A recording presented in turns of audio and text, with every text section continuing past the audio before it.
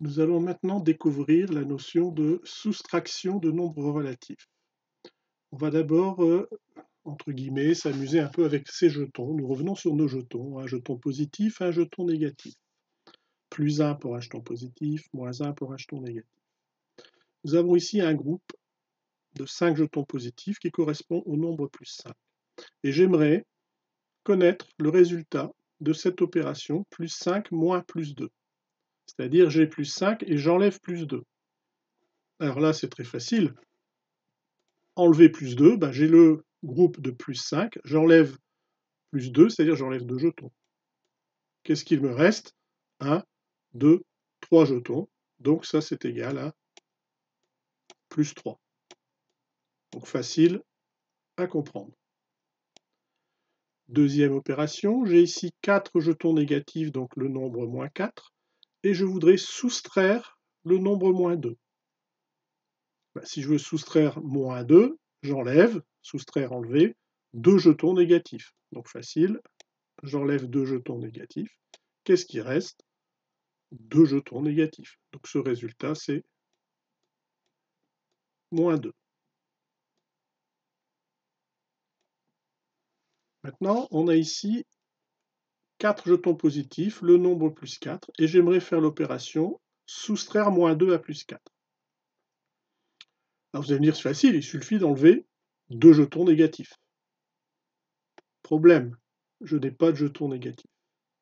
Ici, je pouvais enlever 2 jetons positifs, il y en avait des jetons positifs. Là, je pouvais enlever 2 jetons négatifs, soustraire 2 négatifs, il y en avait des négatifs. Ici, je veux soustraire 2 négatifs, mais il n'y a pas de négatifs. Alors, comment faire?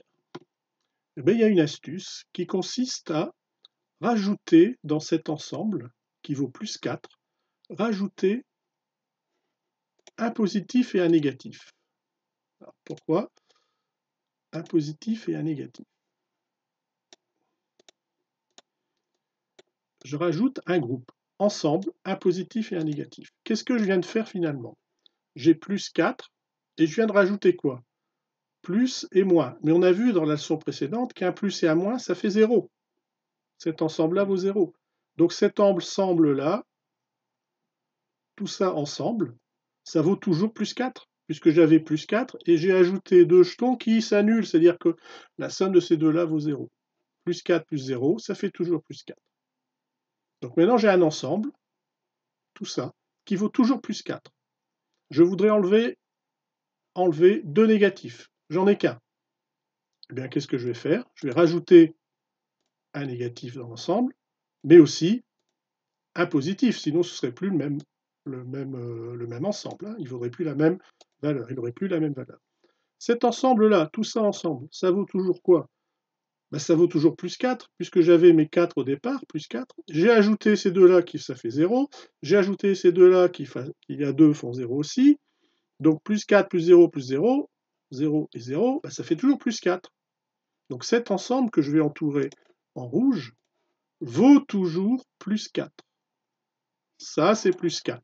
Je veux enlever 2 négatifs. Eh bien maintenant, je peux enlever mes 2 négatifs, puisque j'en ai 2 ici. Donc j'enlève les 2 négatifs, c'est-à-dire je barre les 2 négatifs, ou je les enlève du groupe. J'enlève les 2 négatifs, il me reste 6 positifs. Le résultat de plus 4 moins moins 2, c'est donc plus 6.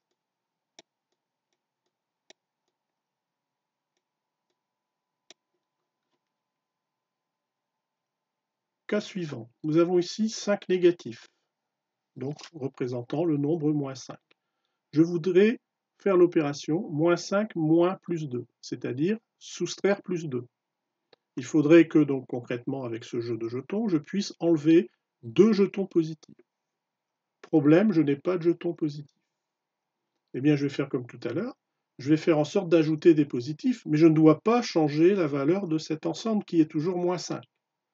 Ce qui fait que je vais ajouter un positif,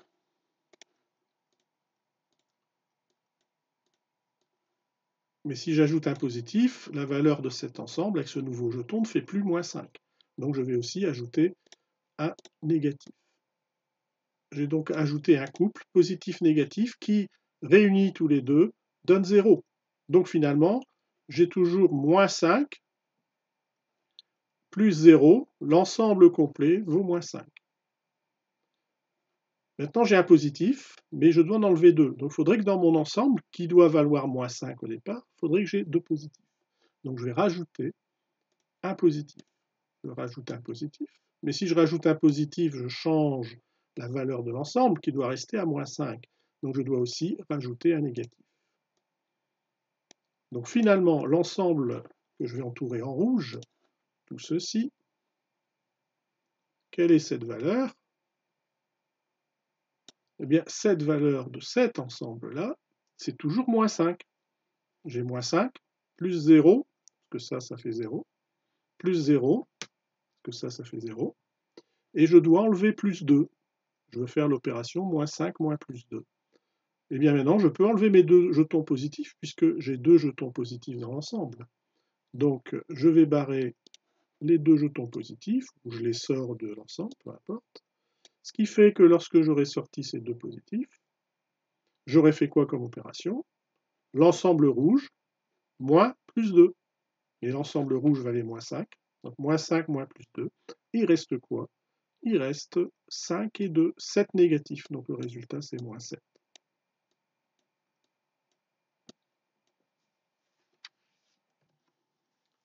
Alors, vous allez me dire, oui, bah, c'est bien beau, mais c'est bizarre tout ça. Là, qu'est-ce que je fais? 5 moins 2, 3, 4 moins 2, mais là, je dois ajouter 4 et 2, 6, là, 4 moins 2, 2. Ici, 5 et 2, 7, pourquoi pas 5 moins 2? En effet, il va falloir analyser ça et trouver la règle mathématique. Nous, ce que nous avons fait, c'est une visualisation de ce qui se passe avec des jetons. Maintenant, il faut connaître la règle à partir de cette visualisation. Alors, regardons ici, qu'est-ce qui se passe? Finalement, on avait plus 4, on a soustrait moins 2, on s'est rendu compte que c'était plus 6. Et bien en fait, enlever moins 2, enlever 2 jetons négatifs, ben finalement, c'est comme si on avait ajouté 2 positifs à l'ensemble plus 4. Autrement dit, soustraire moins 2 revient finalement à ajouter la soustraction en transforme en addition, l'opposé de moins 2 qui est plus 2. Voilà la règle. Soustraire un nombre revient à ajouter son opposé.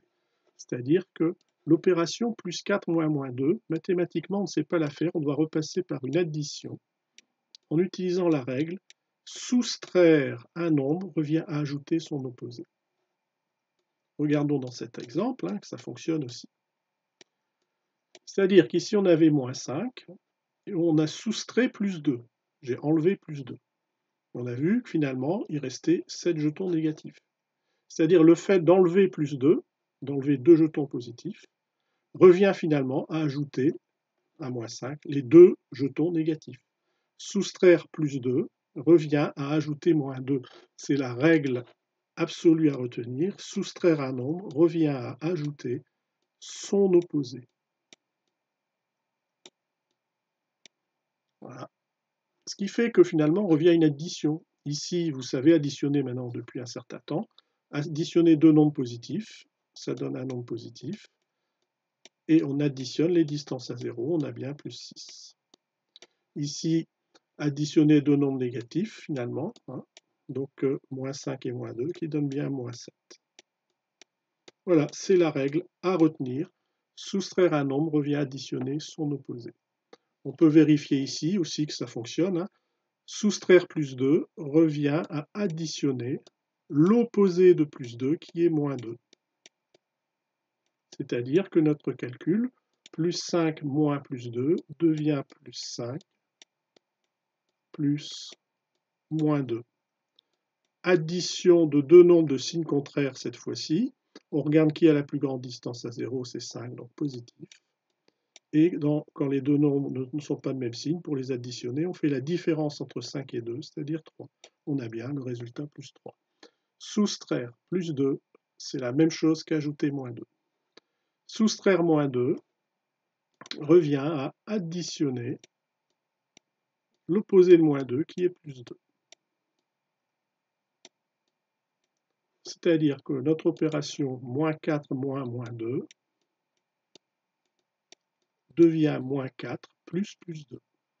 Addition de deux nombres de signes contraires. La plus grande distance à 0, c'est 4, elle était de valeur négative, donc ici moins.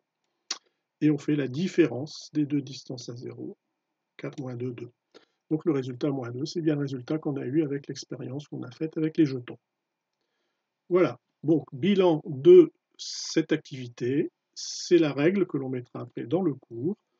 Soustraire un nombre revient à ajouter son opposé. Soustraire un nombre, soustraire moins 2, revient à ajouter son opposé qui est plus 2. Donc voilà, cette règle est à connaître par cœur et à savoir appliquer.